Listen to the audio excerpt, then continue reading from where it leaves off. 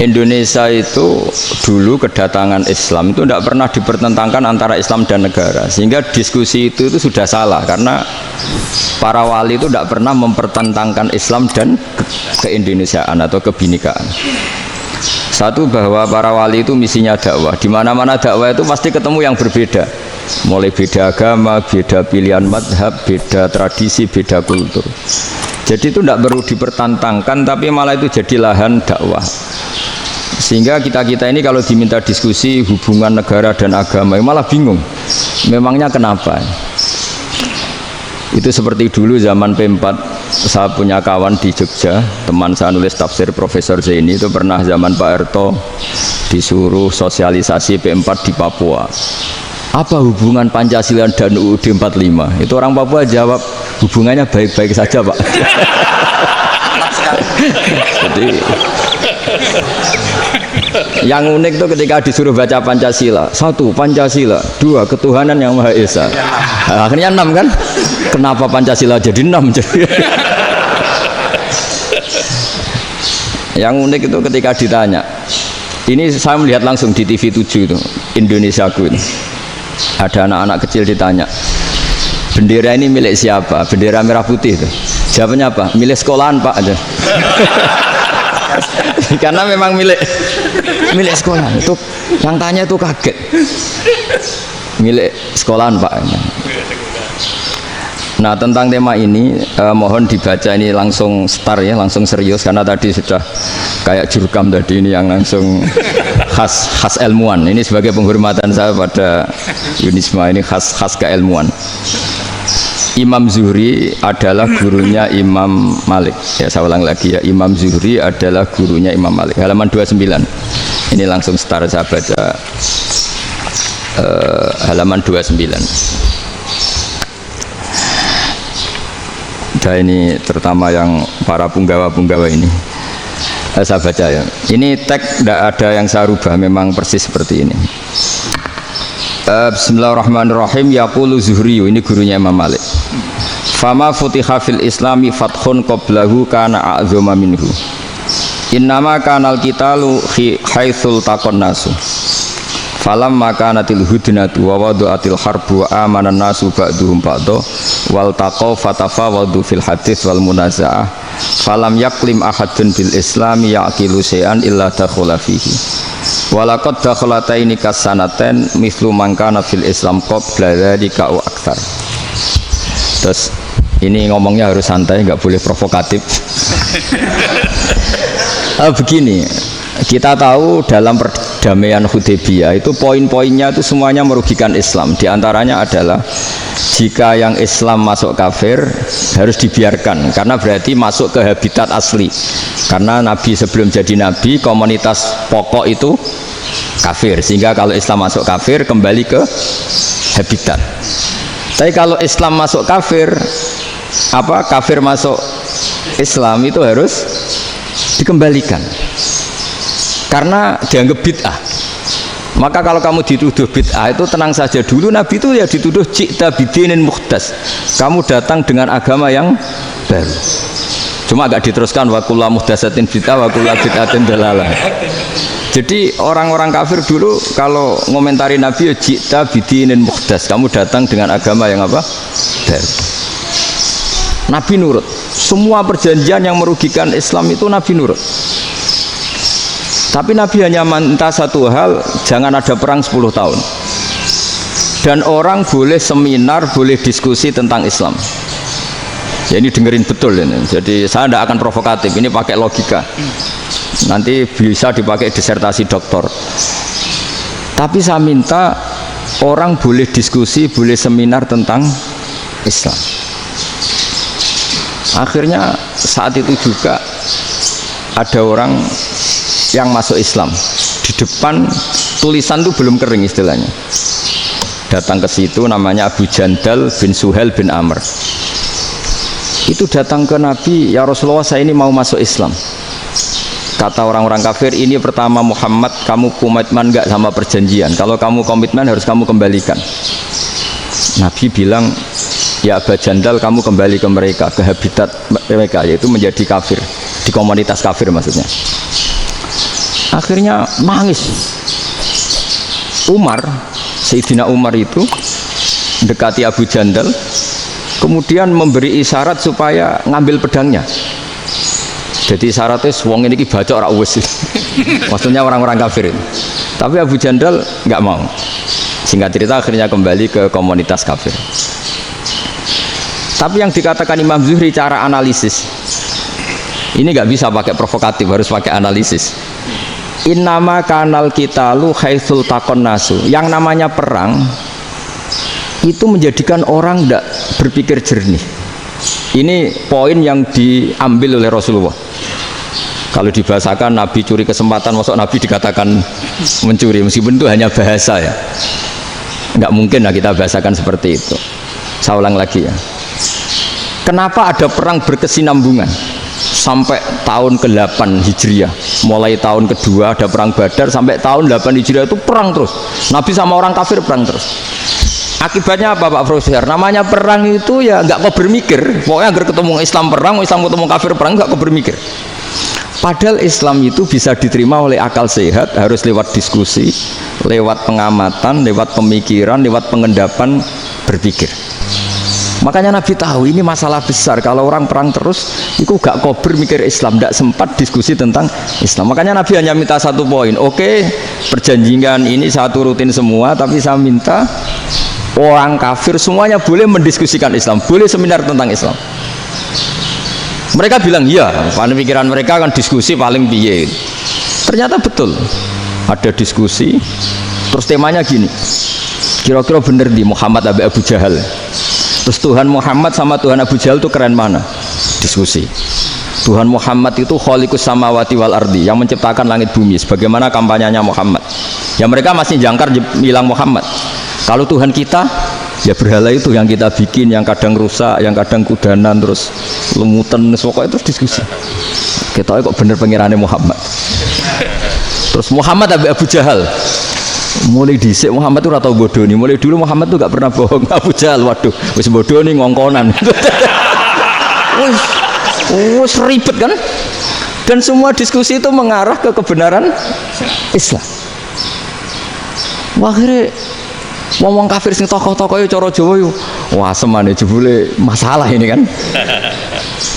Artinya gini, kalau kita ingin Indonesia damai, sebenarnya yang untung itu Islam. Karena Tuhan yang menciptakan langit dan bumi tentu gak akan diperbandingkan atau akan dikalahkan oleh Tuhan yang lahirnya saja sudah di bumi. Misalnya kita menjual Tuhan Allah, siapa itu yang menciptakan langit bumi, yang ada sebelum langit bumi, bandingkan dengan Tuhan yang lahirnya di bumi, ada tanggal lahirnya, ada aktenya, itu kan sudah ribet kan. Begitu juga kalau memperbandingkan tokoh, Muhammad itu siapa? Tokoh yang bisa menyatukan pan Arabik, tokoh yang begini-begini, yang sayang istri, sayang keluarga, dibandingkan dengan tokoh Abu Jahal, Abu Lahab yang corong jauh penggaweannya yang ngerugikan orang lain. Akhirnya orang itu mulai tertarik sama Islam. Makanya kata Az-Zuhri pakai bahasa dulu, falam yaklim ahadun bil Islam. Tapi kalau sekarang yang populer itu bahasa yatakallam. Sebenarnya yang benar itu bahasa kalimah yaklimu kalaman, karena masdarnya itu kalam, berarti sulasi nopo mujarrad. Tapi di fi'ilnya itu mujarradnya enggak kelaku. Jadi di fi'ilnya takallama ya takallamu, tapi untuk masdarnya yang kelaku kalaman. Jadi ini agak unik, agak enggak lazim. Mestinya kan takallama ya takallamu takalluman, tapi di masdarnya kalam populer, tapi di fi'ilnya tidak populer. Saya teruskan ya. Ini penting sekali. Jadi menjual Islam, kalau boleh dibahasakan menjual, itu tetap enak dalam kondisi damai. Karena kalau kita perang, itu bawaannya kalau ketemu ya perang. Kalau ketemu perang, sehingga orang itu rakober diskusi loh. Saat bener Islam sampai kafir itu bener di. Karena tidak kober diskusi, tidak sempat diskusi, orang yang milih yang kafir. Karena yang mayoritas yang kuat. Sementara Islam zaman itu lemah. Ya Nabi itu yang diminta hudnah, yang penting kita damai. Terus orang boleh mendiskusikan benar mana kita dan mereka. Ya setelah diskusi ya tadi kan nggak mungkin Allah yang begitu keren hebat pencipta langit bumi dibandingkan berhala yang mengurus dirinya sendiri saja tidak bisa. Walhasil terus orang mulai tertarik sama Islam dan aturannya nggak boleh dilarang diskusi itu. Nah makanya saya pernah ditanya beberapa profesor di Jogja, Gus, suatu saat kalau kampus paling keren di Jogja ini ada Islamic Studies, kemudian pengajarnya dari berbagai agama, ini riskan nggak bagi Islam? Saya jawab, asal yang didiskusikan Islam itu nggak masalah, yang repot itu nak umat Islam. Karena kalau umat Islam yang jadi percontohan, banyak raja yang dolim, banyak pemimpin muslim yang dolim, terus identik dengan Islam itu jadi dolim, kan ribet. Ya kalau pas umat Islam, kalau Islam yang kumat kan jadi masalah kan. Nah ini kan terus jadi beda umat Islam sama Islam yang lagi apa? Kumat. Singkat cerita terus Islam mendapat posisi yang luar biasa.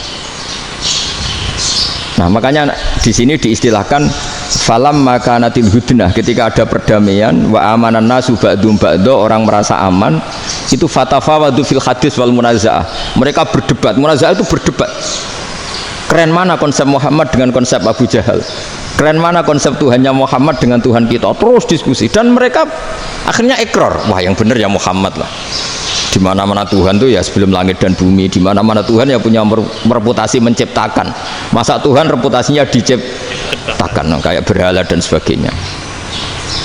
Ibadah juga gitu, ibadah wong kafir itu kalau tawaf itu telanjang, ibadah Muhammad santun pakai pakaian, terus akhirnya mereka mulai tertarik Islam.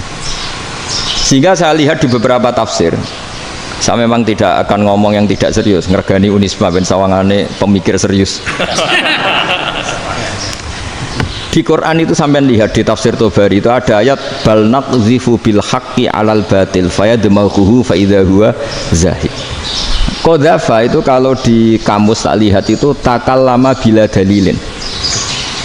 Qadzafa itu yes, pokoknya sekenanya. Artinya gini, kebenaran Islam atau kebenaran hak itu kamu taruh sekenanya saja itu tetap menang. Apalagi kamu taruh secara teratur, kamu taruh sekenanya saja itu tetap menang. Sehingga di sini banyak sahabat yang hidup di Cina. Sekarang juga banyak orang alim yang milih hidup di Amerika, banyak orang alim yang milih hidup di Inggris.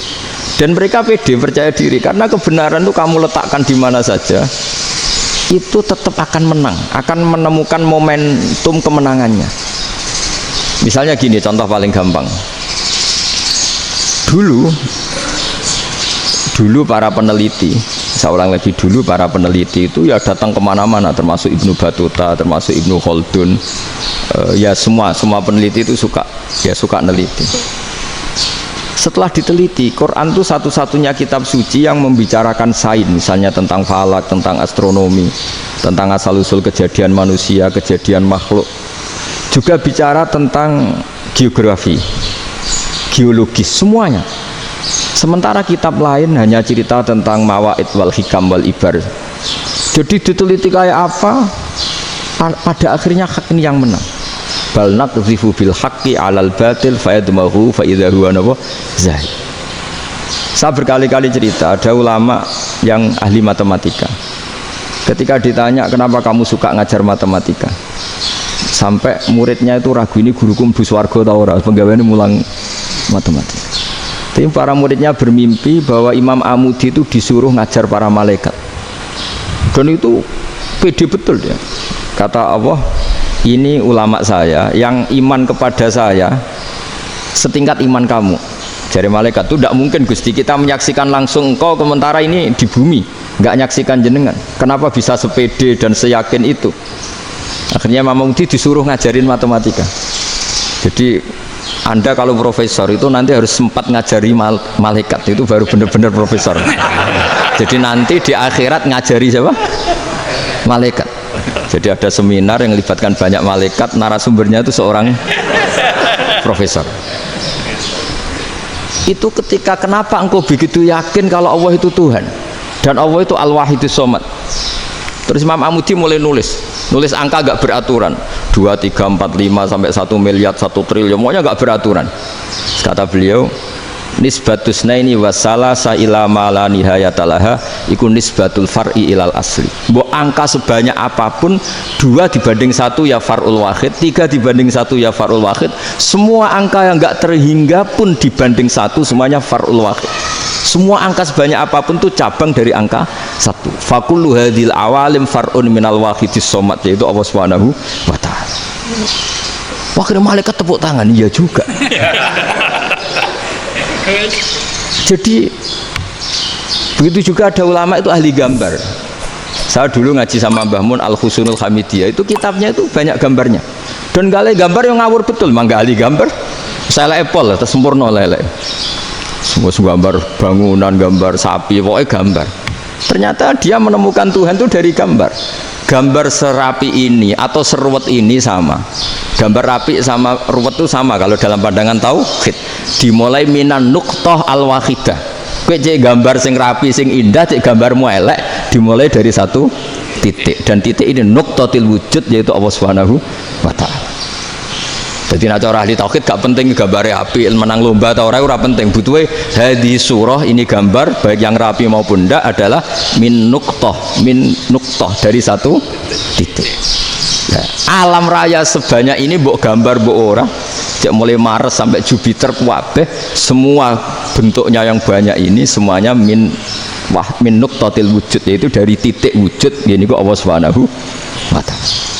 Di sini hebatnya ulama-ulama, mbok dia pengajar matematika, mbok pengajar gambar, semuanya dipakai perangkat untuk tauhid. Nah, itu kan juga bagian dari Islam damai, Islam yang sangat tidak perlu perang untuk orang dipaksa Islam. Nggak perlu provokatif kayak tadi pidatonya rektor jenengan tadi. Jadi ciri utama ilmuwan tuh kalau ngomong datar tapi logikanya nggak terbantahkan, itu ciri khas ilmuwan. Kalau ciri khas politikus kalau ngomong itu keras, provokatif lah kira-kira gitu. Tapi isinya biasa.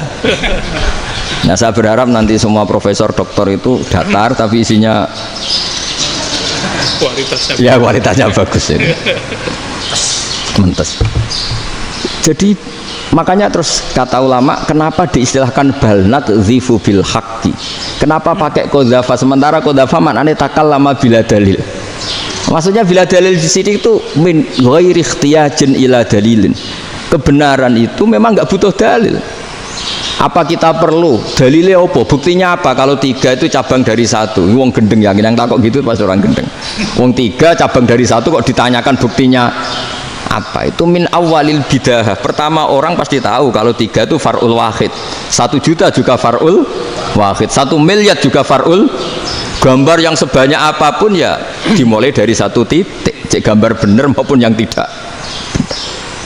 Akhirnya apa? Ulama dulu itu sebegitu rileks nerangkan tauhid. Lalu kenapa asma ini yang ya ini kan khas NU ya, khas pesantren.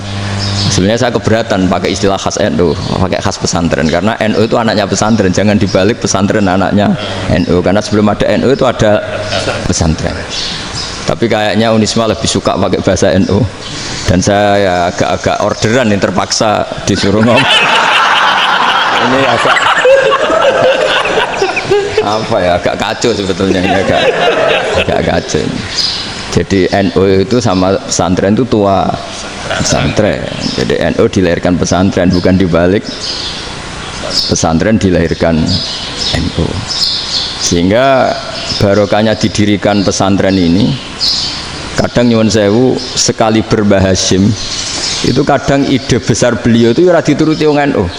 Jadi Mbah Hasim cara kula kok dadi Mbah Hasim ya mangkel. Mbah Hasim itu ngarangno kentong. Nggih ngaramno beduk, tapi NU nganggo kentong.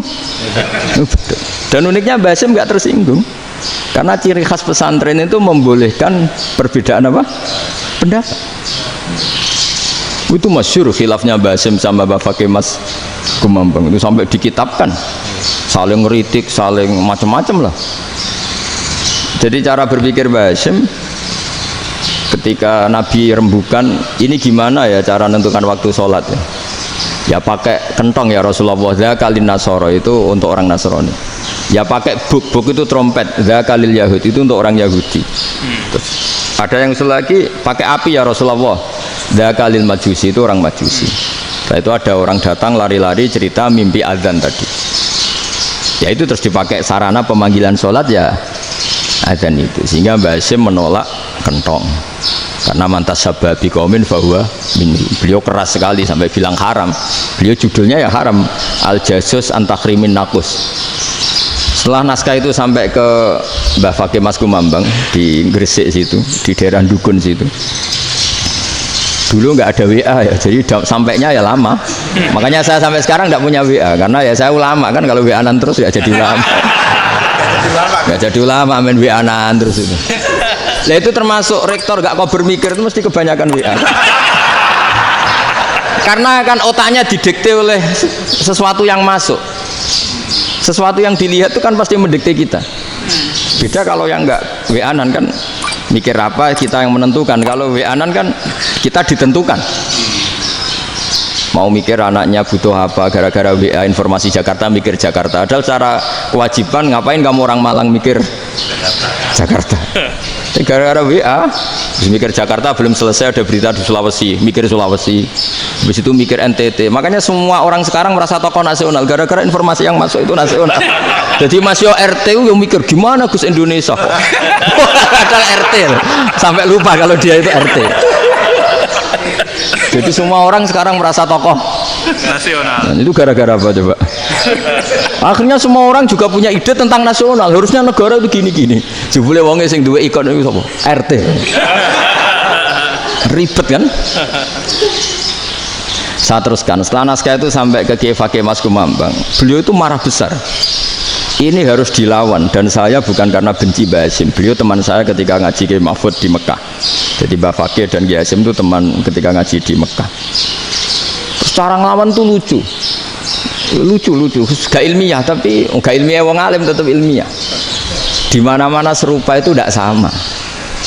Ya kalau mungkin zaman Nabi di Madinah itu, zaman itu kentong itu identik dengan milik Nasrani. Di Indonesia beda. Pos kampling ya kentong, kebakaran ya kentong, wae sarapan orang di LP ya pakai kentong. Jadi tidak ada jaminan kalau kentongan itu identik dengan Nasrani. Lalu haramnya di mana? Yang di mana-mana tasabuh itu identik. Ini tidak identik. Mulai masalah kan? Mulai masalah. Jadi beliau gaya judul Hazruus. Hazruus itu kepala bergeleng-geleng. Sekarangan kok ngene jadi sekarangan kok provokatif gitu gitu. Nah, dan itu Mbah Hasyim ya hormat Mbah Fakih hormat Mbah Hasyim. Saya sendiri secara pribadi itu lebih suka mendapat Mbah Hasyim sebetulnya. Karena bagi saya sholat itu sakral. Ya sudahlah kalau sakral ya dipanggil dengan sesuatu yang sakral yaitu kalimat thayyibah adzan. Tapi saya tidak akan bilang kalau kentongan itu haram. Karena kalau haram alasannya mirip orang Nasrani. Sementara pos kampling ya pakai kentong, ada banjir ya kentong, ada kebakaran ya kentong. Jadi tidak identik untuk misa atau untuk sholat ala Nasrani. Tapi itu dulu ya rileks saja. Dua beliau itu ya saling menghormati, padahal saling kritik. Dan dulu ulama yang beda madhab itu ya saling menghormati. Imam Syafi'i itu kalau sholat di kawasan Masjid Abi Hanifah ya tidak kunut. Ketika ditanya kenapa kamu tidak kunut, sementara engkau berpendapat kunut itu sunat. Ikroman di hadal madhab, saya sangat menghormati madhab. Imam Ahmad bin Hanbal itu berpendapat kalau orang pakai bekam, pakai iftisot atau hijamah itu batal sholatnya. Sementara Imam Syafi'i mengatakan tidak batal apa sholatnya atau wudunya tidak batal. Tapi Imam Ahmad itu ditanya, apa kamu makmum Syafi'i? Bagaimana mungkin saya tidak makmum sama wali kutub seperti Imam Syafi'i? Padahal menurut keyakinan Imam Ahmad ini sholatnya batal. Ini habis ikhtijam udah wudu. Tapi tetap saja beliau karena perbedaan pendapat di furu' itu lazim. Ya orang boleh berdebat lah. Ketika Unisma datangkan saya, itu saking senengnya kiai, apa saking sombongnya sampai ngatur kiai, kan nggak pernah bisa diperdebatkan. Itu kan orang boleh debat kan? Itu saking angkuhnya apa saking senengnya kan nggak jelas kan dan orang boleh setuju pendapat saya yaitu ngatur kiai itu haram, setuju juga Pak Rektor ekspresi mahabbah itu ya macam-macam. Dulu sahabat ya gitu, sahabat itu ada yang nggak kenal wajahnya Nabi sama sekali sampai akhir hayatnya. Ketika ditanya, loh kamu itu sahabat kok nggak tahu wajahnya Nabi? Saya tidak pernah berani memandang Nabi karena ijlalan Nabi, terlalu menghormati saya sehingga tidak berani memandang wajahnya. Ada sahabat yang penggawaannya dulu wajah Nabi sampai bisa nyifati alfiu faminunil hajib, sampai bisa nyifati detail karena Delok wajah Nabi ku ibadah. Ada seorang wali ditanya, kalau kamu di surga ingin nggak melihat Allah? Enggak. Loh, tapi semua orang ingin melihat Allah. Unazzihu dzalikal jamal an-nadzuri misli. Ben gak elek-elek Allah tak delok terima aku. Wong ra jelas. Berarti kok delok pengiran. Banyak. Jadi justru tapi karena saking takzimnya. Enggak lah, mosok sak aku kok. Makanya saya berkali-kali cerita. Menurut kesepakatan ulama, soft awal itu paling baik. Tapi banyak juga wali yang kalau sholat itu di belakang. Koyok paling bener yang gue ngarep gitu. Lu bayangkan misalnya kamu semangat di soft awal di masjid haram, jebule sholatnya salah. Itu dari malaikat gayane gue ngarep, jebule raro. Ini di sini wong, jebule bodoh gitu. Gayane gue ngarep, jebule. Coba orang kalau sowan Mbah Mun, yang berani di depan itu kan ya ketuanya atau jubirnya kan, yang merasa tidak pati pinter-pinter kan mesti di pojokan. Artinya sudut pandang seperti itu ya sah saja, apa? Sah saja. Makanya banyak sahabat yang jarang sowan Nabi, alasannya takut ganggu Nabi. Banyak yang sering sowan Nabi, alasannya seneng Nabi. Yang sowan ya seneng Nabi, yang nggak sowan alasannya seneng. Lu Nabi itu tokoh, punya keluarga, punya anak. Kalau saya sering sowan berarti sering ganggu. Yang sering sowan dia alasan ini khazanah kita harus istifadah. Jadi zaman dulu dia biasa dua sahabat, yang satu milih mahabbah itu milih sering sowan, yang satu juga mahabbah milih tidak sering. Karena pertanyaannya bisa dibalik kan, sering sowan apa sering ganggu coba. Nabi Abedar, assalamualaikum. Nabi nimang cucunya, assalamualaikum. Ayo bener yang sowan apa bener yang enggak kalau seperti itu. Akhirnya terus diatur sedemikian rupa oleh Quran. Walau annahum sabaru hatta takhruja ilaihim lakana khairal lahum. Jadi sahabat kalau mau sowan Nabi ya nunggu di Sufah. Kalau Nabi keluar berarti milik publik. Sekali masuk ke dalam tidak ada sahabat yang berani sowan. La tadkhulu buyutan nabi illa ayyudzana lakum. Kalau soal sampai masuk dalam harus nunggu dipanggil. Karena sekali Nabi masuk dalam itu milik privat keluarga, milik istrinya, milik cucunya, milik keluarganya. Jadi Nabi sekali keluar ke ruang itu berarti milik publik. Itu terus jalan tengah. Karena kalau langsung masuk, bayangkan saya itu sering menyaksikan. Mbah Mun habis ngaji 2,5 jam ngaji Jalalain, baru masuk, assalamualaikum. Padahal yai mungkin mau ke kamar mandi, mau ini itu. Jadi dulu itu Quran sangat modern. Sebelum ada dokter ngatur tamu, rektor ngatur tamu itu Islam sudah modern. Dia kan nggak fair kan? Misalnya saya ke Unisma harus janjian pakai ini, terus kalau misalnya kesini selonang-selonang kan lucu kan, mentang-mentang kiai terus juga sowan-sowanan selonang-selonang. Padahal kalau kita mau ke mereka pakai protokol, sering nggak fair dunia ini. Tapi karena aku kiai oleh gelo ya sudah. Akhirnya saya memutuskan nggak gampang kemana-mana karena itu. Saya sering didatangi ajudannya menteri, Gus mau ada tamu dari Jakarta tanggal ini, mesti saya dengan mereka milih tanggal yang mereka kosong. Kok tidak mikir apa siapa situ kosong? Tak jawab enggak lah, sebelum diatur bahasanya dan tawaduknya gitu. Akhirnya dibalik, datang lagi, Gus jam jenengan kosong apa kita menyesuaikan. Lah aku lagi di akhlak kata saya. Itu baru punya akhlak katanya. Bukan masalah ini, bukan masalah gengsi ya. Saya sendiri itu dolan ke alumni itu jarang karena ya takut. Kiai kan yang nganggur, jam 9 nganggur, jam 10 nganggur. Bisa saja alumni itu kerja di pabrik, bisa saja yang latihan ekonomi di pasar. Jika kalau saya datang jam 9, iki kiai sing nilai santri ini, apa kiai sing ganggu santri. Nah karena orang ini melakukan rutin, gak kok berpikir, pokoknya ini jenis silaturahim. Mau nyerah kok berpikir, padahal kalau diangan-angan, ini kiai yang nilai santri ini, apa kiai yang ganggu santri ini karena datang di jam kerja. Nah, bayangkan kalau kebenaran dulu itu dikawal oleh satu peradaban perang. Jadi Nabi sesuai diangen-angen Nabi. Perang Badar menang Nabi, perang Uhud menang wong kafir, perang ini gonta-ganti. Apapun itu yang penting satu kesimpulannya, cara Rasulullah kesimpulannya satu. Orang tidak kober mikir kebenaran secara mengendapkan pikiran dengan pikiran jernih. Maka hebatnya Nabi ketika perjanjian, pokoknya saya minta nggak ada perang. Dan orang boleh mendiskusikan Islam. Itu luar biasa idenya Nabi. Karena bawaan perang itu orang kan nggak kok bermikir. Ibarat seorang misalnya seneng satu perempuan, ketemu rivalnya langsung perang kan gak mikir.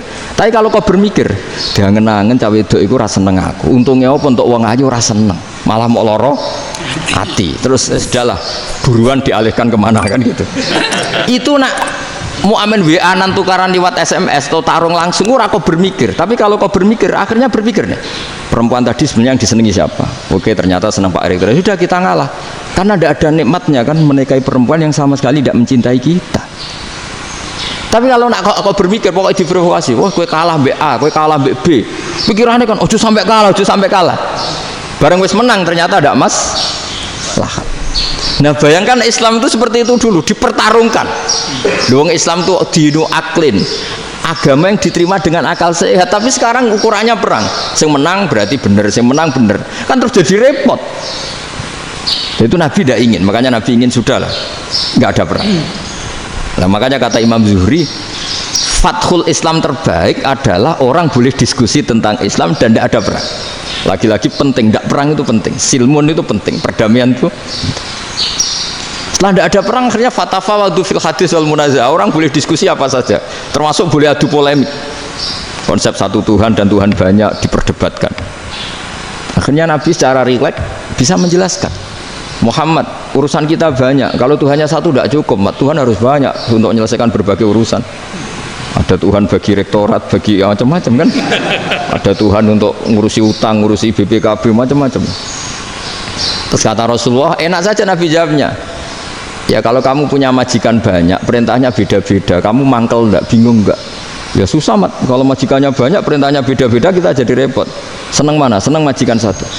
Ya sudah, Tuhanmu itu majikan kamu. Kalau Tuhannya banyak, perintahnya macam-macam, kamu yang repot. Akhirnya ya sudah mat, Tuhannya satu aja. Nah, itu ya barokahnya diskusi tadi, barokahnya enggak perang. Daraballahu mathalan rajulan fihi syuraka'u mutasyakisuna wa rajulan salamal lirajul hal yastawiyani masalah. Terus alhamdulillah. Jadi orang yang paling kafir pun saat itu taslim. Nah ini kembali ke kalimat la ilaha illallah. Saya tidak perlu provokatif, pasti teori saya itu benar. Bukan saya bilang benar itu karena sombong, enggak. Ini sesuai teks. Misalnya begini, benar enggak kelompok takfiri yang suka ngafirkan orang lain? Itu pasti tidak benar. Logikanya gampang. Orang yang kafir 70 tahun saja dengan melafadzkan la ilaha illallah menjadi muslim. Masa dengan kalimat yang sama yang muslim menjadi kafir? Itu logikanya kan nggak ketemu. Orang kafir 70 tahun untuk menjadi muslim disuruh baca apa? La ilaha illallah. Tapi gara-gara baca la ilaha illallah banyak patok jadi kafir. Pertanyaannya, loh ini kalimat apa? Kalimat untuk mengkafirkan apa kalimat untuk mengislamkan? Karena yang kafir dengan kalimat itu menjadi Islam, ternyata yang Islam dengan kalimat itu menjadi kafir. Itu ketemu nggak? Cara logika itu kan nggak ketemu kan? Makanya cara pikirannya Abul Hasan Asyadzili, dan saya setuju pikiran itu. Istighfar ini boleh orang Jawa Timur protes karena kadang beda manhaj, tapi jangan protes saya, protes Abul Hasan Asyadzili kualat mesti sampean. Ketua Torekoh napa? Sadiliyah. Cara madzhab Sadili, dan Anda boleh berbeda madzhab, mencari khasnya wong kampus sing wani beda. Beda kapasitas lah, pokoknya butuhnya beda. Dan ketok pinter, ketok kritis tuh. Cara madzhab Abul Hasan Asyadzili itu gini Pak Rektor. Jadi istighfar itu baik, tapi ba'da kamali tauhid, setelah tauhidnya itu benar. Alasan beliau masuk akal. Ketika ada ayat fa'alam annahu la ilaha illallah wastaghfir li dzambik bihadil kalimah. Jadi orang boleh istighfar itu setelah tauhidnya benar. Alasannya Abdul Hasan Asyadzili begini. Qul lil ladzina kafaru iyantahu yughfar lahum ma qad salaf. Katakan kepada mereka yang kafir, sekali mereka tidak kafir, maka otomatis dosanya masa lalu diampuni. Pertanyaannya, yang bisa menghentikan kekafiran itu kalimat apa? La ilaha illallah. Dengan hanya melafadzkan la ilaha illallah Muhammadur Rasulullah, langsung yufar lahum ma qad salaf, langsung dosanya ampuni. Berarti yang menjadi pengampun dosa lah, penyebab pengampunan itu apa? La ilaha illallah. Itu bahkan orang kafir belum istighfar. Loh, di ayat itu kan Allah gak mensyaratkan setelah la ilaha illallah istighfar baru diampuni, enggak. Asal la ilaha illallah langsung yufar lahum ma qad salaf. Saya ulang lagi ya, jelas ya. Jadi kulil ladzina kafaru iyantahu yufar lahum maqad. Nah sekarang iyantahu, mereka berhenti dari kafirnya. Syaratnya pakai apa? La ilaha illallah Muhammadur, itu langsung yufar lahum maqad. Artinya apa? Ghufranullah itu bisa didapat hanya dengan mujarrodut tauhid, yaitu hanya dengan melafadzkan kalimah thayyibah. Dan sahnya istighfar juga berdasar kalimah thayyibah itu. Misalnya gini, orang kafir sebelum Islam melafadzkan astaghfirullah, astaghfirullah, astaghfirullah, kira-kira diterima enggak? Enggak kan? Karena syaratnya istighfar ba'dat tauhid. Nah makanya dalam adab Sadili istighfar itu setelah la ilaha illallah. Karena cara pandang ya seperti itu. Jadi fa'alam annahu la ilaha illallah wastaghfir li dzambi. Jadi dengan kebenaran tauhid saja ini sudah cukup kita insya Allah layak diampun. Karena innallaha la yaghfiru ayyushraka bihi wa yaghfiru ma duna dzalika liman yasha. Jadi orang yang tauhidnya benar itu bisa diampuni Allah asal tauhidnya benar. Itu Allah ngendikan liman yasha wa yaghfiru ma duna dzalika liman yasha. Dawe Imam Suyuti walam yakun liman yastaghfir. Jadi orang yang bertauhid secara benar meskipun gak sempat istighfar itu tetap potensi diampuni. Karena bawaan tauhid itu sudah menjadi layak diampuni. Kayak orang kafir sekali ngelafadzkan kalimat tauhid mbok gak istighfar langsung diampuni. Nah, karena melihat seperti itu terus orang berlomba-lomba memperbanyak jumlah ngelafadzkan la ilaha illallah. Jadi kita yang alim, kita semua, saya tidak bilang saya, kita termasuk yang di pinggir-pinggir saya ngaku alim nggak masalah lah sopai. Kita semua yang alim-alim itu tahu bahwa la ilaha illallah itu super. Sudah bawaannya tauhid, juga punya kelayakan diampuni. Nah, kemudian nasib kita agak sial. Malah kalimah ini dituduh bid'ah, dituduh khurafat. Mergo Nabi nggak pernah tahlilan, Nabi nggak pernah. Nabi gak pernah tahlilan, kalau diartikan Nabi ratau maca la ilaha illallah, aneh gak kalimah ini. Nah, ini provokatif ini. Jadi ini sudahlah keanehan-keanehan ini kita terima karena ciri utama wali, ciri utama ulama itu wa'udhu fisabilillah, harus pernah disakiti. Jadi kalau Unisma sakit karo dituduh apa? Dituduh bid'ah itu berarti belum calon ulama. Kan cara ulama itu wa'udhu fisabilillah, harus disakiti. Jadi kalau kamu disalahpahami itu ya harus santai. Termasuk provokatif tadi. Iya, termasuk provokatif tadi. Termasuk diatur tadi itu. Jadi kalau cara berpikir kan, karena mereka itu memang kalau kita turutin itu memenya itu terlalu, kadang menghujat kita itu enak ya jadi GNO, ada orang mati datang, kiainya dapat makan, dapat rokok, terus pulang gitu. Jadi apa, terus kita kayak tersangka terus. Kita kan kayak tersangka terus, tertuduh terus itu. Terus yang orang NU ya memenya juga nggak kalah ekstrimnya. Boleh ya ajaran orang nggak boleh ngasih kiai gitu. Berarti boleh dong ajaran kikir. Jadi memang kadang apa ya, cangkem elek lah bahasa kasarnya itu. Itu memang kadang lebih mengenakan kalau kita datang ke acara mayat kan dapat makan, dapat minum. Kalau yang sohibul bed rokok ya dapat rokok. Kalau kiainya dapat wajib, kadang 20.000, kadang 50.000. Terus memenya itu kok setega itu ya, ada orang meninggal kok malah kita makan-makan. Seakan-akan kan kultur ini biadab kan gitu. Tapi yang orang NU kebalikan bales. Oh ternyata nggak boleh ya mayat disodakoi, ternyata nggak boleh ya orang dermawan. Berarti Islam membolehkan medit ya gitu. Mau ini kan, tangan-tangan itu luwih mandi timbang takbir ya kan. Karena ini kan memicu emosi kan. Memicu apa? Emosi. Nah tapi saya kalau disuruh bela mana itu tidak ada yang saya bela. Ya seorang sudahlah, kalau mau nganggur saja sudah itu. Ya tapi itu memang apa ya, itu khazanah Islam, ada yang kritik, ada yang enggak. Ya itu memang khazanah, ya biasa aja kalau saya biasa aja. Wajar. Karena dulu ulama itu sudut pandangnya itu ya seperti itu. Ada yang ulama suka ibadah itu sholat, ada yang milih apa tidur. Sampai Imam Ghazali bilang suatu saat ibadah terbaik di zaman akhir itu tidur. Sholat saja kalah sama tidur kan.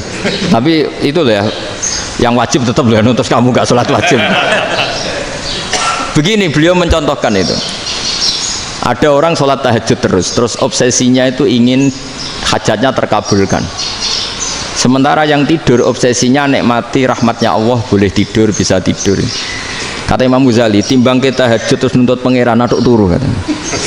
Mergo engko di akibat terus setan memberi bisikan, "Lho nyatanya kamu tahajud ya gak terkabul." Berarti cerita bahwa Nabi ngendikan kalau doa tahajud mustajab enggak.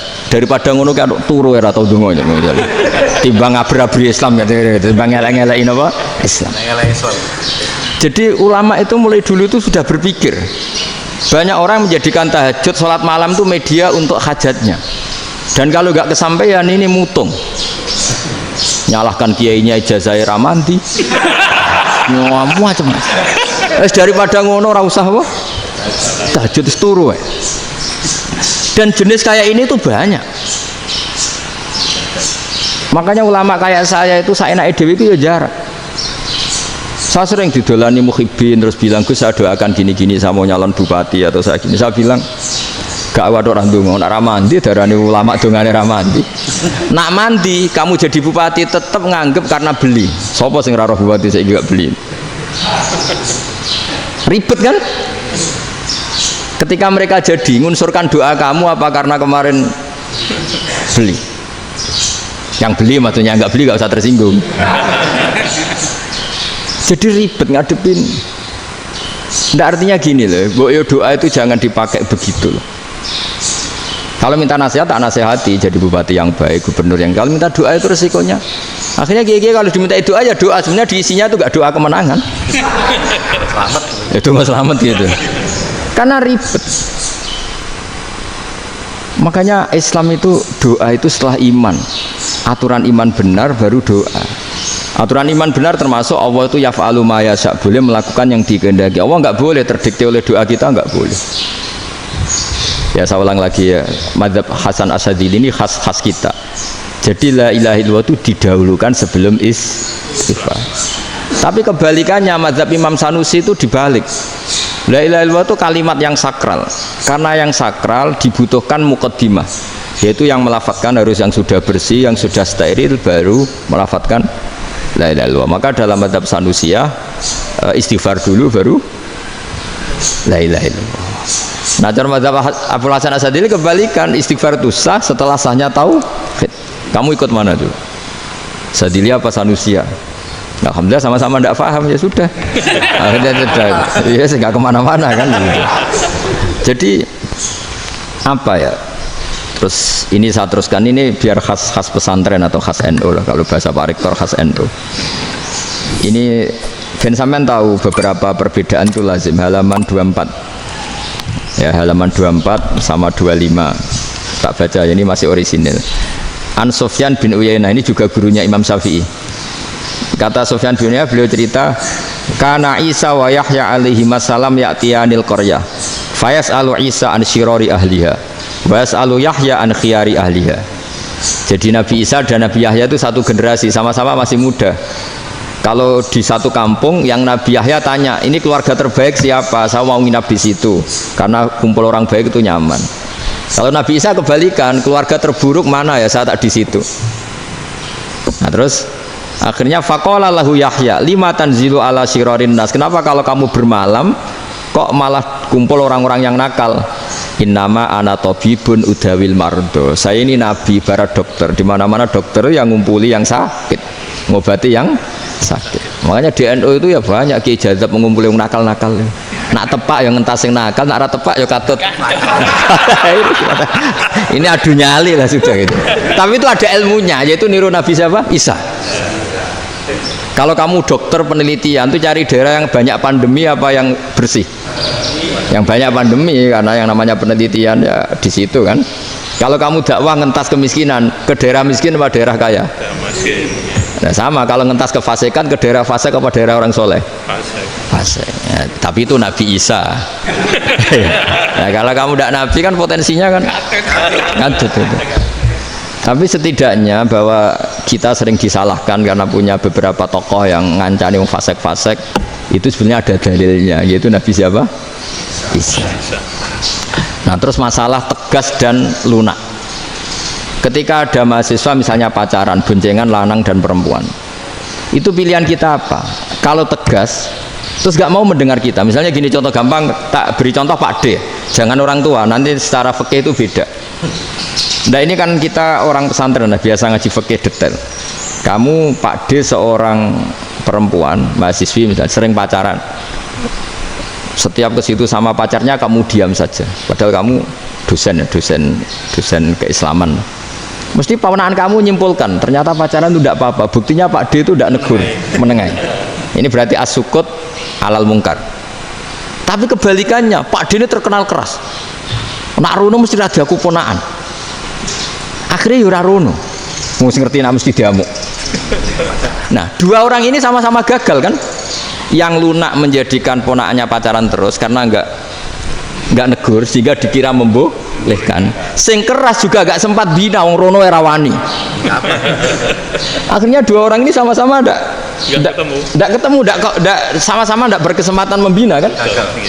Gagal membina kan? Karena yang keras ponaannya enggak pernah situ, berarti enggak bisa bina kan? Yang lunak membiarkan berarti juga ada bina. Nah, Islam itu antara dua itu. Ya agak terlalu lunak, enggak terlalu keras. Karena kalau terlalu keras, misalnya ada kiai terlalu keras, lu masyarakat mau tanya itu gimana? Lari kan? Loh, saya ini punya pengalaman pribadi. Saya ini kan kecelok orang alim. Itu kalau pernah ya saya itu berusaha ya pokoknya ya umumnya orang alim lah. Tenang, terus anteng, enggak gejlok-gejlokan. Itu enggak ada yang tanya. Saya mimpi ketemu beberapa ulama itu disalahkan. Terus umat saya kalau mau tanya itu ke siapa? Wong alim wis wibawa, meneng tambah banget wibawanya. Bala Quran sering gojlok rektor macam-macam. Terus wong wanita kok, saya biasa ke pasar pandangan dicegot orang. Gus, putri saya itu sering keluar darah tapi melebihi batas haid gini-gini. Kalau badhe sowan jenengan, gak usah sowan ning kene mbek ngadeg-ngadegan.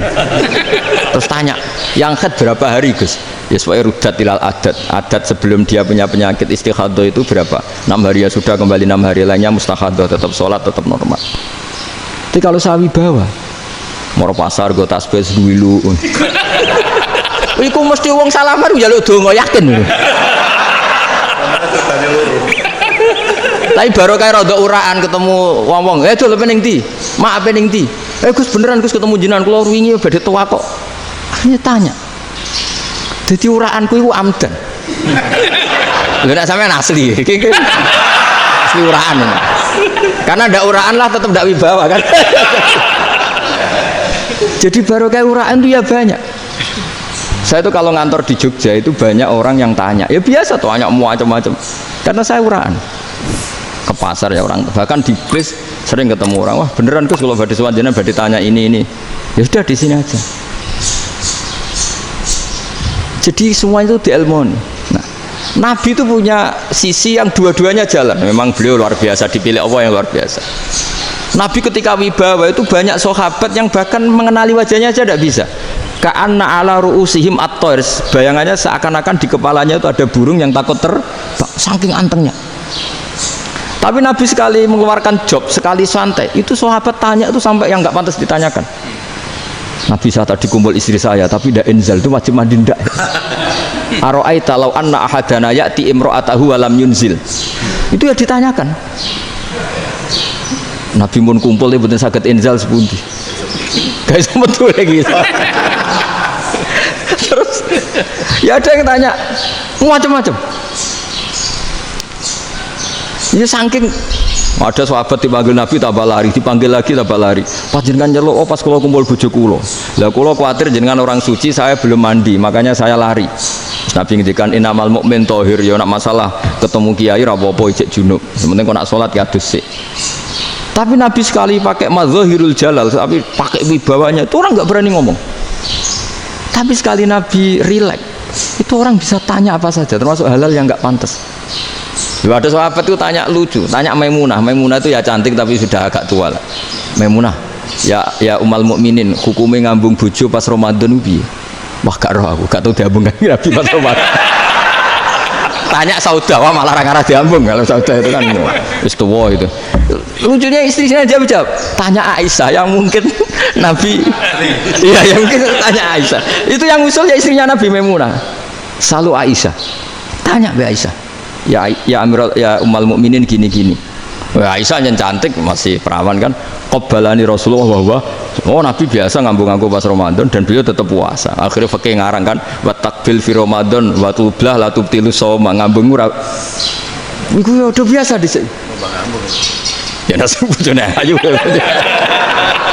Nah ini artinya seasik itu gitu. Jadi garwane Nabi sing ngrasa rodok tuwa. Wah, aku ora tahu ya. Kok Aisyah. Serilek itu dulu itu. Maksudnya orang Islam pertentangan itu. Maksudnya dia balik semua ini bedanya orang pesantren sama orang kampus. Kalau orang kampus mau cerita agama itu rahmatan lil alamin, tapi nyontokno rileke ora iso. Agama itu rilek, tapi nyontokno rileke ora iso. Mergo ora rapati ngaji. Contohnya ora iso, dadi mau gawe kaidah mau Islam itu rahmatan. Jadi Nabi itu lah, Allah juga gitu. Allah itu kalau sudah memperlihatkan madzahirul jalal, itu mbok malaikat Jibril rawani. Ketika Allah dengan madzahirul jalal. Tapi kalau Allah dengan madzahirul jamal, madzahirul apa? Jamal. Iku yo gojok-gojok kan ambek makhluke gojok. Yo buli-bulian cara sakniki. Ya sampean delok ning hadis syafaat itu, akhiru man dakhalal jannah atau akhiru man kharaja minan nar itu di beberapa judul. Ada seorang rojul yang ahli neraka ya, dintas mbek pangeran terus ditudono swarga. Gusti, swarga sengiler tok ora wong wayu roh wis ngiler tok. Ngerjaluk Gusti mosok roh tok ora oleh mlebu. Jarimu asal mlebu metu kon neraka ora jaluk-jaluk meneh. Sumpah lho ya, gak jaluk apa-apa meneh. Mboten Gusti. Sekali saya keluar dari neraka ndak akan minta apa-apa lagi. Wis. Wallahi, wallahi, la as'alu ghairah. Mesti ghairah khoslah, ghairah tilkal khoslah. Ya niku selain keluar dari neraka saya tidak akan minta lagi. Didono swarga wong dokelon seruwibet kan. Sing bojone elek kan dendam dadi ning swarga iku. Swarga iku wis macam-macam. Gusti mosok roh tok ora oleh mlebu. Jarine ra janji ra njaluk meneh. Akhire ya wis didelokno neraka. Jadi pangeran jawabe gampang didelokno neraka. Roh neraka begitu menyakitkan, begitu ngeri. Sudah Gusti saya tidak minta surga, sementing nggak masuk neraka. Rabbana srif anna adzab jahannam. Setelah lama itu diadepno swarga njuk mlebu swarga, terus diadepno neraka. Akhirnya ya sudah. Saiki mlebu swarga gak apa-apa. Iku jawabe lucu. Atas taziu jenengan ngenyek kula. Wong karuan ra di swarga kok mlebu swarga. Terus akhirnya mlebu swarga kan mlebu swarga tamanna, sangen-angen sing mbok jaluk apa? Para ngangen-angen yang indah-indah laka wa asratu amsal ya siku tak turuti wa asratu amsalih lan lipatan ke-10. Jawabe wong lanang ya lucu. Atas taziu bi wa anta rabbul alamin. Jenengan pangeran kok ngenyekan. Maksudnya wis karuan aku ora pantes. Terus jare pangeran la astazi'u bika walakinni alama asya'u qadir. Aku gak ngenyek kowe, pancen aku pangeran. Nuruti kowe iku iso. Jadi Allah sendiri ketika dengan madzahirul jamal itu malaikat ya ono sing wani bantah. Masyhur itu kan malaikat sing bantah pangeran ataj alufiya mayufsidu fiya wasfikut. Karena Allah dengan madzahirul jamal. Sing paling masyhur Nabi Musa. Nabi Musa itu ketika Nabi Mi'raj. Nabi Mi'raj itu beliau kira-kira di langit keempat lah yang masyhur atau kelima. Ngelangkai. Nabi Musa nangis, "Ya Rabbi ini apa-apaan? Orang sing ja'a ba'di kemudian melangkai makom saya ini apa-apaan?" Maksudnya Nabi Muhammad kan apapun hebatnya kan junior. Kok melangkai makom saya ini apa-apaan? Enggak fair. Sampai Nabi Muhammad itu tanya gini sama Jibril. Reaksi Allah gimana ketika melihat Musa seperti itu? Jawab malaikat Jibril lucu. Ya roh khiddatahu. Allah sapal gayane Musa. Biar. Jadi lucu. Ya dibiarin aja sama Allah. Tapi wong jenenge Nabi Musa itu kekasihnya Allah. Tetap berkah bagi kita. Betul. Ketika setelah Mi'raj diwajibkan sholat 50. Gentena Nabi Musa kelihatan nabinya. Sebenarnya Nabi Musa itu sebetulnya loh, gak nguntungkan kita sebetulnya. Tapi yang nguntungkan, sebenarnya tidak niat nguntungkan kita, tapi nguntungkan.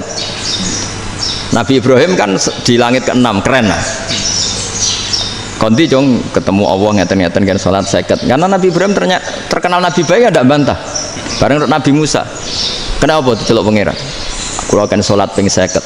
Inna umataka la tutiku dalik. Wah, gak kuat umatmu. Serai-rai gak umatmu orang arah kuat seket. Tapi sebenarnya Nabi Musa itu niatnya bukan membela kita. fa inna ummati la umatku sing gagah-gagah ra iso meneng umat. Berarti sebetulnya ya, itu masih pakai gengsinya gitu. Wes ngono-ngono lah sementing kita untung. Sebetulnya dia itu nggak terima, wong umat saya aja yang lebih kuat, nggak kuat apalagi umatmu. Dan terus sebutin, irji ila rabbika fas'alhu takhfif. Itu berarti Allah dengan madzahirul jamal. Sudahlah, datang ke Allah minta keringanan. Allah itu baik. Minta, ambek Allah ya diringana mau 5 tok, jadi cek 45. Balik Nabi Musa, piro 45, cek ra kuat umat. Wong umatku ora kuat, jadi sebenarnya dia bilang umatku ora kuat. Lho cara Nabi Muhammad model wong Malang, yo beda umatku mbek umatmu. Ribet kan? Itu. Lho Nabi Muhammad kan enggak seperti itu kan? Enggak punya akhlak Malang kan, akhlak. Maksudnya akhlaknya mujur itu, enggak akhlak yang baik gitu. Ya, akhlak yang mujur bukan yang Malang gitu. Jadi Nabi ya manut. Tinggal 40 kan, dikurangi lagi 35 sampai 9 kali kan. Masyhur itu. Ya kan kalau dikurangi 55 kan berarti turun naik kan 9 kali. Itu setelah 5 itu Nabi Musa cek usul, masih ragu. Itu cara Nabi munggah nentek ya. Ini entek ya. Gitu. Terus iya doa tuntas betul. Sebebas. Terus munggah ado-ado laupun. Ngapain itu? Akhirnya Nabi Muhammad sudah sampun ya kalimah Allah. Saya ini malu sama Allah Musa. Sudah 9 kali dan diturutin terus. Jadi Allah kalau dengan madzahirul jamal itu Nabi Musa biasa nego sama Allah. Tapi ketika Allah dengan madzahirul jalal itu Nabi Musa enggak berani. Yaitu di hadis syafa'ah. Hadis syafa'ah ketika manusia datang ke Nabi Adam, ya tuna Adam. Ya Adam anta abul basar ngene isfa'li ana inda rabbik. Kamu saya minta mensafaati kita. Nabi Musa, Nabi Adam inna rabbi qad ghadibal yawma ghadaban lam yaghdab qablahu mislah wa la yaghdab ba'dahu mislah. Ini Allah sedang murka besar dan tidak akan murka seperti ini lagi. Sudah saya tidak berani, nafsi. Nabi Ibrahim enggak, termasuk Nabi Musa ketika di itu ya enggak berani. Karena Allah dengan madzahirul jalal. Itu Nabi Musa enggak berani. Sudah saya sendiri itu pernah salah. Yaitu saya membunuh seseorang yang enggak disuruh oleh Allah membunuh itu. Yang pas jotosi orang Kipti. Akhirnya datang ke Nabi Muhammad. Pas ke Nabi Muhammad, Allah dengan madzahirul jamal. Dengan madzahirul jamal sampai Kanjeng Nabi ngendikan analah saya akan memintakan syafaat kalian. Terus fa ahmadu rabbi bima hamida allamaniha rabbi. Saya muji Allah dengan pujian-pujian yang orang lain tidak tahu, hanya saya yang diajari, kata Rasulullah. Ya di sini menurut banyak ulama termasuk kitab yang saya baca, kenapa Muhammad sebagian namanya Ahmadu? Itu dari af'al tafdil fa Muhammadun ahmadu min ghairihi. Muhammad Rasulullah itu kalau muji Allah di atas cara mujinya nabi yang lain. Jadi Ahmadu bukan dari fi'il mudhari' lil mutakallim tapi dari af'al apa? Tafdil. Fa Muhammadun ahmadu min ghairihi. Bahwa Kanjeng Nabi Muhammad sallallahu alaihi wasallam itu cara mujinya Allah di atas pujian para nabi. Makanya di sini Sayyid Ali Zainal Abidin kalau muji hamdal hamidin wa fauqa hamdil hamidin. Jadi pujian saya ini di atas rata-rata cara mereka apa? Memuji. Yaitu sirinya apa? Nabi itu tahu bahwa akhirat itu tidak bisa batasi Allah. Kamu tidak bisa nyemprit Allah. Allah, ini akhirat loh. Amal sudah tidak manfaat. Ingat itu. Tidak bisa seperti itu. Allah itu nggak bisa tunduk sama konstitusi yang bernama akhirat. Artinya Allah meskipun di akhirat tetap duwe hak yaf'alu ma yasa atau yaf'alu ma yurid. Nggak bisa kamu terus wah ini akhirat amal ra iso dikirim wong mati, amal ra iso dikirim. Yo pangeran kok mbok atur. Kalau kita yang mengirimkan tidak bisa, tapi kalau Allah tetap bisa. Makanya ada kiai mengatakan kodok qadar ora iso dirubah, itu kamu. Makanya ada seorang kiai ditanya, kodok qadar ora iso dirubah sekali dicatat selesai. Jadi kiai tadi, tapi nak Allah iso. Dalile apa yang huwa ma yasha wa yusbit. Nak Allah ya iso, sing ra iso kan kita. Nah, Nabi itu tahu betul meskipun akhirat itu Allah masih bisa dinego saking baiknya. Akhirnya Nabi sujud, masyhur itu terus, ya Muhammad irfa' ra'sak wasal tuqa wasatu safa. Semat sirahmu angkat. Ku yo apa tak turuti. Terus semenjak itu Nabi minta napa? Syafaat. Artinya apa? Ketika Nabi lain berpikir bahwa akhirat ini membatasi amal karena sudah Nabi tahu betul kalau Allah tetap Allah. Yang enggak terbatas kekuasaannya, enggak terbatas rahmatnya juga saat di akhir. Makanya disebut fa Muhammadun Ahmadu min wirihi. Makanya wa mubasyiram bi rasuli ya'ti mim ba'dismuhu Ahmad. Jadi makanya terus banyak GNU sing macam-macam lah. Sing ono sing potongane wedi terus hati-hati. Niku berarti makome Madzahirul Jalal. Ono sing amen guyon nek makome Madzahirul Jamal. Ono sing ra jelas ngene iki, sing ra jelas. Nak guyu buanter kok nangis kok buanter jebule urusan utang lah ini sudah yang udah. Jadi makanya yang rileks saja sebenarnya agama ini santai rileks karena agama ini harus bifarohin wasururin. Enggak boleh agama ini dibawa dengan kekerasan, dengan antisosial. Karena agama ini harus kul bi fadlillah bi rahmati fa bidzalika falyafrahu, harus senang, harus rileks. Makanya saya jadi kiai itu senang takutnya gini. Sekali saya tidak senang jadi presiden buruk. Ternyata jadi wong alim ora enak. Itu contohnya. Sampai merengut terus uripe susah. Nanti orang tidak berani jadi orang alim. Makanya saya buktikan bahwa saya lebih bahagia di bang rektor. Nanti orang yang jadi rektor semua ingin jadi orang alim. Saya pernah ketemu sekian rektor di Jogja tanya, Gus, kenapa jenengan bela-belain pesantren sampai segitu? Kan keren kampus NU, sekarang ada Unisma, ada NU Jogja, ada NU Jepara gini. Terus tak bilangin gini, sampai rektornya itu istighfar akhirnya. Saya bilangin gini, ini sekaligus tak kasih tahu ini rektor Unisma ini. Tak bilangin gini, andai kan tidak ada kiai kayak saya itu Islam bisa tutup katanya. Kok bisa Gus? Misalnya ada perempuan haid faqal adat. Itu kalau untuk tahu hukumnya haid daftar dulu ke Unisma. Daftar dulu kan? Setelah daftar nunggu pelajaran haid. Baru tahu haid setelah 3 tahun dari masalahnya ini. Tapi baru kayak kiai ketemu saya di jalan, Gus anak kula nu haid ngeten-ngeten mboten normal hukumnya piye? Oh hukumnya ngene dibalekno ning adat. Ora usah registrasi, ora usah daftar. Jadi ya harus ada istighfarnya lah. Unisma juga harus istighfar, semuanya harus istighfar. Karena ada sisi yang nggak mewakili kebutuhan Islam. Tapi saya sebagai kiai juga istighfar. Karena fakta hukum mengatakan yang boleh jadi KUA yang jabat, yang boleh kemenak yang punya gelar. Dan ini yang mengawal Islam secara undang-undang karena mereka yang bikin. Nah karena kiai tidak punya gelar tidak bisa jabat di situ. Saya juga istighfar. Jadi tidak sampai untuk yang istighfar. Karena yang kebutuhan ini terwakili yang punya gelar. Tapi yang punya gelar juga harus istighfar tadi. Mosok kepen roh hukum haid dengan ini kuliah se. Ngentek itu aja nanti nunggu guru yang pas mata pelajaran itu.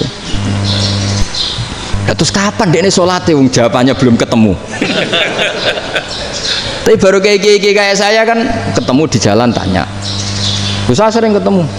Gus saya ini bapak angkat. Mau nikahkan putri saya itu gimana itu? Kalau cerita wali sebenarnya anak saya sok, kalau nggak cerita nggak sah karena saya bapak angkat. Itu banyak.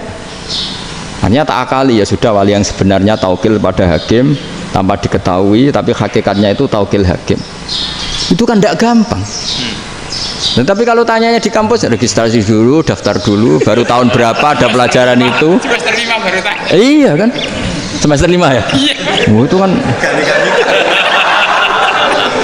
Jadi jangan kira terus sistem Unisma itu yang terbaik di dunia, tidak juga kan, tidak juga. Dan sistem-sistem yang lain maksudnya ada aja. Tapi sistem kiai loh, Mbah Mun juga sering pesen saya, kowe kudu seneng pegawai negeri. Piye sing jaga agama pegawai negeri. Kemarin pas acara 7 harinya Gus Robasa matur itu di depan para kiai. Setelah saya jadi kiai ya itu nyata. Islam di Papua, di NTT yang bawa siapa? Dokter negeri, ya kan? KUA negeri. Barokahnya mereka negeri dijamin negara kan? Barokahnya Muslim berkebutuhan Islam. Akhirnya bikin musola di situ, bikin masjid. Bahkan di Korea Utara itu ada masjid bawaan duta besar. Karena banyak duta besar Muslim berkebutuhan masjid. Yang bisa gini itu yang negeri apa yang swasta? Negeri lah. Di sini kiai tidak mewakili semua kebutuhan apa? Islam. Tapi kampus juga nggak, kampus Islam sekalipun tidak memenuhi semua kebutuhan Islam tadi. Masa orang tanya kan nunggu semester berapa tadi? Semester 5 masih daftar dulu. Nunggu pelajaran itu. Payahnya pas ketemu dosennya, saya tidak pernah ribet kan? Pas dosennya cowok gitu. Jadi sudahlah, makanya ini. Iya, makanya ini kan bentuk kearifan. Jenengan ngakui fungsi kiai kayak saya itu bentuk kearifan. Saya juga ngakui jenengan itu butuh kearifan. Saya sering didolani KUA itu. Itu rata-rata ya didikan kiai.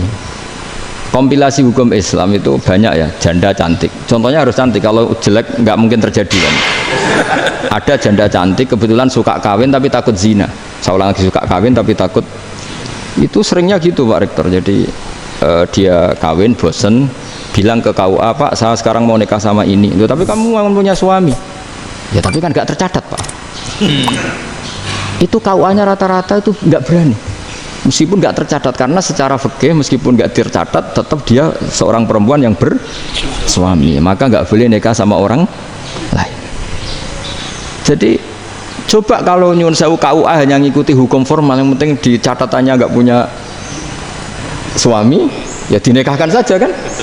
Tapi mereka enggak, karena didikan kiai enggak berani. Artinya gini, kalau hanya pro hukum catatan sipil, maka ini dinikahkan bisa karena enggak tercatat. Tapi secara hukum santri enggak bisa dong menikahkan perempuan sing dadi zaujin yang punya suami. Jadi ini barokahnya kerjasama yang baik. Jadi di masyarakat itu tertanam didikan kiai, enggak boleh nikahkan perempuan yang bersuami. Tapi di KUA ngikuti hukum formal. Dan di Indonesia itu KUA itu rata-rata konsultasinya ya sama kiai, sehingga ya nggak berani akhirnya, meskipun aku udah mlebu rokok mbak gak iso. Dan itu buahnya.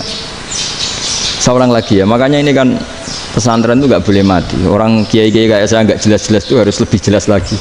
Karena ini yang on time, yang online, yang siapa saja bisa tanya. Saya itu SMS saya itu nggak punya HP WA. HP jadul itu SMS-nya tiap hari tak berapa. Orang yang tanya dari Kalimantan, dari Aceh. Gus di kampung saya ada masjid 2 itu yang Samana. Ada yang dari orang perkotaan, Gus di perumahan baru ada masjid, yang Jumatan baru orang 12, sah enggak? Ya langsung saya jawab, sah. Dalilnya ini. Ya sudah. Nah, tapi kata Imam Syafi'i gini, harus orang 40, itu madzhab Syafi'i, dalam madzhab yang lain gini-gini. Itu kalau tanya rektor itu kan ribet, masuk ajudan dulu, asisten dulu, panjang.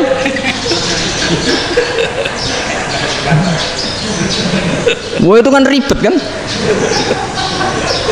Memanggil dosen, dekan VAI dipanggil, dekan VAI nggak mau langsung jawab, cari dosen yang nekuni itu. Usul fikih saya nekuni itu baru seminar, nunggu dulu mbak, ini orangnya baru. Panjang kan. Bisa tutup Islam kalau kesuwen. Coba kalau tanya kiai kan enggak ketemu di jalan. Dulu Mbah Zubair kata Mbah Mun, saya termasuk santri yang diapresiasi Mbah Mun.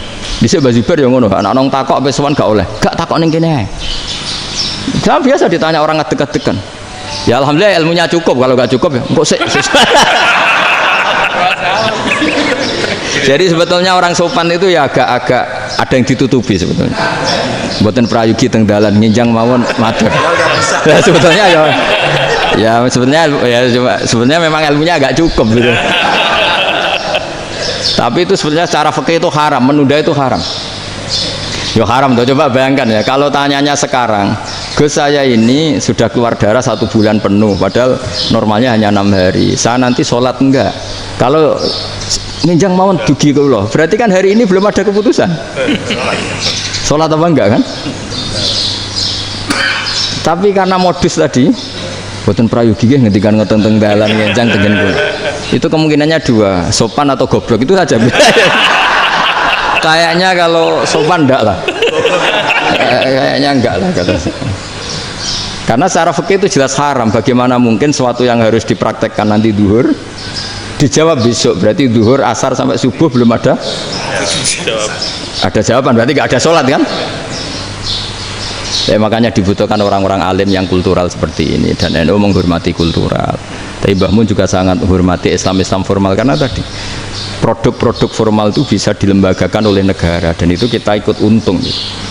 Makanya Mbah Mun itu kalau punya tamu KUA, punya tamu polisi sampai pejabat itu Kenapa saya contohkan KUA supaya jangan kira seperti pendapat orang-orang hasud, wah ya mesti aja disolani presiden seneng, menteri seneng. Enggak juga. Sebenarnya semua kiai itu mulai KUA sampai polisi, polsek, polres itu seneng semua karena sama-sama diajak mengawal bangsa ini, diajak mengayomi semua masyarakat. Tapi kadang-kadang masyarakat ngeritiknya, jenenge kiai disolani menteri ya seneng presiden. Padahal yang sowan kiai itu ya mulai KUA, Kapolsek, kepala desa, RT, Mudin. Itu Mudin kalau tanya ya lucu-lucu. Gus kalau nate nyembelih pitik kemanian, pitik gue gede man. Akhirnya terus ngerti nak kemanian langsung tak sebelah benda. Terusane gue sah tau. Ribet. Ya tak jawab. Lah pitik pasti gue cek urip to ora. Terus urip Gus. Wis sah cara madzhab Malik cek urip. Karena itu ada perdebatan antara madzhab Malik dan madzhab Syafi'i. Nah cara Imam Syafi'i itu agak ketat. Hewan yang punya kehidupan sudah mutharibah, misalnya ayam jago, contohnya harus jago, karena kalau ayam kecil diikhlaskan haram. Jadi yang cilik wae kan gitu. Fikih itu ya, fikihnya orang Indonesia itu pecundang. Kalau ayam kecil nggak ditanyakan, mate ra wis. Kalau jago, jago ditabrak truk kejet. Andai kan nggak disembelih pun mesti mati. Itu cara madzhab Syafi'i itu haram. Karena penyembelihan ini tidak menjadi penyebab kematian, tapi memang karena kecelakaan tadi. Ini cara madzhab Imam Malik enggak. Andai kan enggak disembelih, matinya kan 2 menit lagi atau 1 menit lagi. Andai kan enggak disembelih, berarti mati sekarang itu bawaan pisau apa bawaan kecelakaan? Ya sudah halal gitu caranya. Nah akhirnya ya saya bilang ya sudahlah kita semuanya Malik. Jadi cara debat, cara Imam Syafi'i enggak, cara berpikir itu sudah tidak kehidupan yang normal. Yang dimana-mana penyembelihan itu mematikan yang hidup normal. Jadi agak ketat. Sehingga dalam contoh kemanian, kalau dalam bahasa Jawa nyembelih agak sempurna terus pesonya jatuh atau apa itu, kalau pakai madzhab Syafi'i agak kesulitan. Jadi kalau madzhab Malik asal diselesaikan secara fauron dan juga sebagian madzhab Syafi'i itu halal. Nah orang mesti tanya gitu, Gus, wedhusku tabrak truk, man Gus kejet. Nak pitik cilik ra ditakokno. Makanya termasuk kritiknya Mbah Mun, tapi ini madzhabnya Mbah Mun ya. Kamu boleh ikut boleh ndak karena ini urusan ndak penting. Dewe wong-wong lucu, nak ditakoki yuyu muni haram mergo amfibi. Yuyu ngerti ya, Man? Yuyu nggih. Tapi nak ditakoki kepiting muni halal. Mergo nak yuyu haram gak eman, nak kepiting eman. Besar. Padahal alasannya coba, kenapa yuyu haram? Karena amfibi kan bisa di air, daratan. Pertanyaannya, kepiting seperti itu ndak? Iya. Nah, tapi kepiting kalau haram kan eman. Karena besar kan. Kalau yuyu silahkan haram kan gitu. Artinya apa? Fikih kita ini agak-agak pecundang gitu, agak pertimbangan. Iya, ini lucu kan? Kualitatif. Coba alasannya yuyu haram karena apa? Amfibi kan? Hidup 2 alam. Pertanyaannya, kepiting seperti itu enggak? Iya. Kenapa? Kalau orang tanya, yuyu haram apa halal? Rata-rata jawab haram. Tapi kalau kepiting mulai khilaf. Loh mestinya kan sama kan? Nah itu karena unsur imannya. Iya tadi. Saya juga sering melihat tonggo-tonggo itu. Ayam cuwilik sakmene ketabrak truk, enggak ada yang tanya. Tapi saya pernah jalan-jalan di Naruan sini, ono jago ketabrak, sing duwe langsung marani kula. Pas saya naik motor, Gus ini halal apa haram? Nah langsung kula sebelah halal apa haram? Wis kanggo kowe halal ya, halal. Karena saya tahu tak jawab haram mesti kecewa itu. Aduh, kiai ini beratnya kan. Ya akhirnya ya saya setelah itu mate Imam Syafi'i ngapunten umat kula nu rahasia madzhab jenengan tuh tidak siap. Untuk madzhab ini tidak sama. Iya kan akhirnya pakai madzhabnya Imam Malik tadi. Ya tak Fatihah Imam Syafi'i ini mboten niat nglawan jenengan. Tapi ngobati tiang eman. Mergo pitike besar itu. Jadi ini kan cerita ya, itu makanya yang rileks saja lah, bahwa Islam ini yang rileks, yang menyenangkan, karena ya agama ini harus menyenangkan. Raditu billahi robba, raditu itu senang banget, ridho itu puas, nggak boleh beragama pertuntungan terus emosinan, ya marem atau raditu itu marem, jadi yang nyaman. Ya saya kira demikian. Assalamualaikum warahmatullahi wabarakatuh.